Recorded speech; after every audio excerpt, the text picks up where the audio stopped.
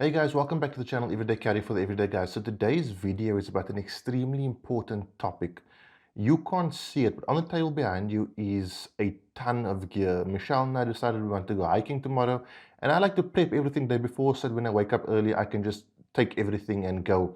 But it basically outlines all the gear items I carry on me when I go hiking and when I EDC. So a question I get asked a ton is, what is the most important EDC item? What should I buy first?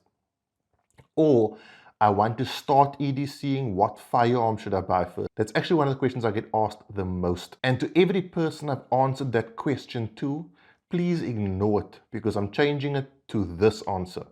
The most important facet or concept or idea or ideal of EDC is training. The person I consider my trainer and mentor, James Smart, posted a very interesting post today on his Street Smart Facebook page. I'll leave a link to it down below. But basically, guys, what it entails is your return on investment for everyday carry. It's very low. What that means is, realistically, the chances of you using your EDC gear items in a life-saving situation or a life-taking situation is very, very slim statistically. However, when you do need to use it, your ability to use it comes to the fore 100-fold more than the items you have on you. And I want to give you an example. I'm going to show you a few of my EDC items and I want you to guess which I use most often. So guys, if you have a look at the gear on the table, we've got a Colonel Blade, K-Bar TDI, a Olight flashlight, Benchmade grip Tillian, Leatherman skeletal, and my Glock with all its various modifications and accessories. And before I tell you which I use most often, maybe I need to sort of context this by saying all of this is less in rand value or investment than just this. And you're sort of going to ask yourself, which item are you going to use the most? What's going to give you the best return on investment? Now, we've got the Colonel Blade, which is a dedicated sort of self-defense EDC knife. The sheath or the holster for this knife is attached to one of my other firearm holsters, so that isn't here, but it sort of fits in the appendix position and you draw it almost like you would draw your firearm. But this is dedicated for self-defense. It's not really a utilitarian knife. So I'm going to put this on this side as well. The K-Bar TDI, pretty much the same situation as the Colonel Blade. The blades even look more or less the same. So we got that similar functionality, similar design. This has been a staple of EDC blade self-defense users for, I think, decades. So this kind of also goes in the section over here. Then you've got your utilitarian things. Now, before I get to these two, I want to talk about this. A lot of people say that this is both utilitarian and self-defense. I don't know. Certain highly trained individuals will be able to use this as self-defense because they'll be able to get it open and in the fight quickly enough. And that comes to what I was saying earlier on. If you want to get a return on investment on EDC gear for emergency situations, life-saving, life-taking situations, the only way you get that is through training. You can buy the best gear, but if you don't train and you aren't trained to use it, you're not going to get a legitimate return on investment. So before I talk more about this, the next is the Leatherman skeletal. By now, if you follow my channel, you will know this is one of my favorite EDC tools. I carry it with me almost everywhere. I use it as often as I am required to use it, but that is, to be fair, it is quite often. I'm a bit of a fiddler, so I fiddle with things and I'm always trying to fix and modify and change things, especially when it comes to holsters and stuff like that. So I do use this quite a bit. And then a flashlight. So this particular light is the Olight Perrin, but I mean, you can, it's an EDC flashlight, so whatever you're carrying is fine. And the tool I use most often right now is this.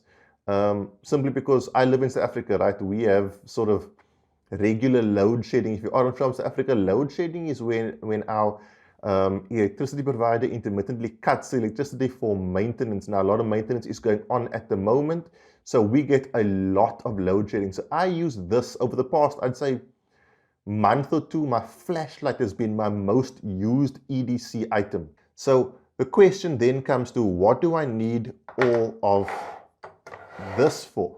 And I would venture to say that if you don't train with it, you probably aren't going to use it correctly. Maybe move this out to the side, because I use this for utilitarian purposes. The Benchmade Griptilian has an amazing blade on it, so I do use it quite often. So to be fair, I'll put this off to this side, but let's bring this into the situation.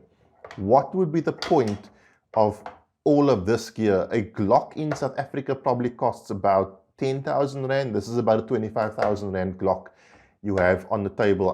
Don't quote me on that, but give or take. So you could buy 2 and a bit Glocks for what you see right here. The simple fact of the matter is, this is my least used EDC item of all. This never comes out in real life, okay, or for real life purposes, or for what it was meant for. I go to the range quite a bit, I shoot it quite a bit, but for what it was designed for, to save lives and quite sadly to take lives as well, I've never ever used it, and I hope to never use it. So similar with these knives, I mean, this knife is more expensive than this flashlight, yet I use this flashlight 100 times more. Well, I've never used this knife in real life. So the return on investment on this utilitarian flashlight is way more than this self-defense knife. The only way I get a return on the investment of owning this knife is if I go and train with it, because then I develop skills, and skills are worth more than tools, okay? Anything can be a fixed blade device if you have the skills. A ballpoint pen can do the job probably, right? So training with your gear, your survivalist, your life-saving, life-taking gear is as important, and probably more important than the actual gear itself. There are many people who in a real life situation would lose their lives to this even if they had this on them, and that's because they aren't trained. There are many people who would lose their lives to this even if they had this on them, because a trained person who knows how to use these would probably be able to remove this from your person in a fight and use it against you. Guys, what I'm trying to get at here, the value of training outweighs the value of your gear. I think it should almost be twofold. I'll talk about this a bit later on. Every bit you spend on your gear, you should spend on your self-defense gear. Let's put it on your self-defense gear. You should spend double on training in order to get the skills, in order to truly achieve a return on investment for the value, the rand, dollar, pound value of this gear. Now, is that to say that you shouldn't invest in any of the prior options? Absolutely not. In fact, I would recommend you do. However, my idea of EDC has probably also changed a bit, and I have a new rule for myself. Every rand I spend on modifying or buying a new piece of gear, I want to spend 2 rand on training. So if I'm willing to spend 5,000 Rand on a red dot sight, I got to be willing to spend 10,000 Rand on training, whether that be ammo, training courses, whatever the case may be. That is the only way you're going to get any kind of reasonable return on investment on your everyday carry gear. So when you email me or DM me, what should my first EDC item be? My answer to you is going to be training. Go to a firearms course, one that is a beginner course, because if you don't have a firearm, you should be doing a beginner course where they will provide you with a firearm or a simulated firearm, and understand the ins and outs of owning, carrying, and using a firearm. And then decide if you're going to get the firearm. If you want to get a knife, a gun, whatever the case may be, invest in training. And guess what? Your training will drive your gear. You will know once you have trained with something whether or not that's something you are prepared to invest in, which is why I use so many things for utilitarian purposes. I'm an expert at utilitarianism because I live that every single day, right? I'm not an expert at armed, unarmed combat, okay? So where do I need to brush up? Now here's the catch. You will only learn that you need to brush up on something once your ability to do it has been broken. What does that mean? Once you think you can do something and someone pushes you to a point where you can't do it successfully anymore, that's the point at which you start learning. That can only be done at training courses. Very few people can push themselves that far. Their mind says, I don't want to go here, so save me from it. And that is why trainers are highly trained. That's why they get paid to do this, because they know how to push you just a little bit beyond your limit to where you realize, hold on, I'm actually not what I thought I was. I've got to reevaluate and restart. Now, it doesn't have to be all firearm. As I said, I've never ever used this in a real life situation. Not once has this come out of the holster in a real life situation. So firearms training, in my opinion, is less important than avoidance and awareness training. That is probably the most important training you can do. Knowing when a fight or a dangerous situation is about to happen or before it happens gives you the opportunity to escape it, which means you won't have to use any of these things. If someone had the world's greatest avoidance and awareness capability, they wouldn't need to EDC a single thing, because they would never be in the place where crime is happening. Okay, but it's impossible. No one has eyes in the back of their head. And so you do need to have things available that can save you. But the most important thing is your ability to use these everyday carry items. So for me, what is everyday carry? Everyday carry is a mindset. It's a mindset of preparedness, of willingness to learn. Most importantly, willingness to help yourself and help somebody else. Believe it or not, people will learn from your example, especially the younger generation.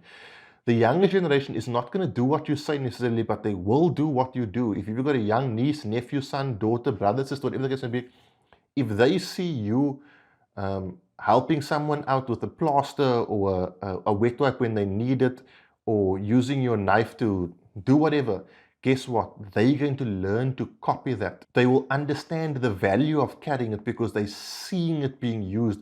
If I told someone to carry this flashlight, right, and they never used it, they'd be like, I'm going to chuck the flashlight because I never use it. But if they saw me use it just one time, they'd be like, wow, that actually makes sense. So that's the second point to this. If you are a young EDCer, if you are wanting to get into the preparedness mindset, and I'm talking about things beyond carrying a wallet, watch, pen, that sort of thing, beyond the casual EDC, I'm talking about the prepper EDC.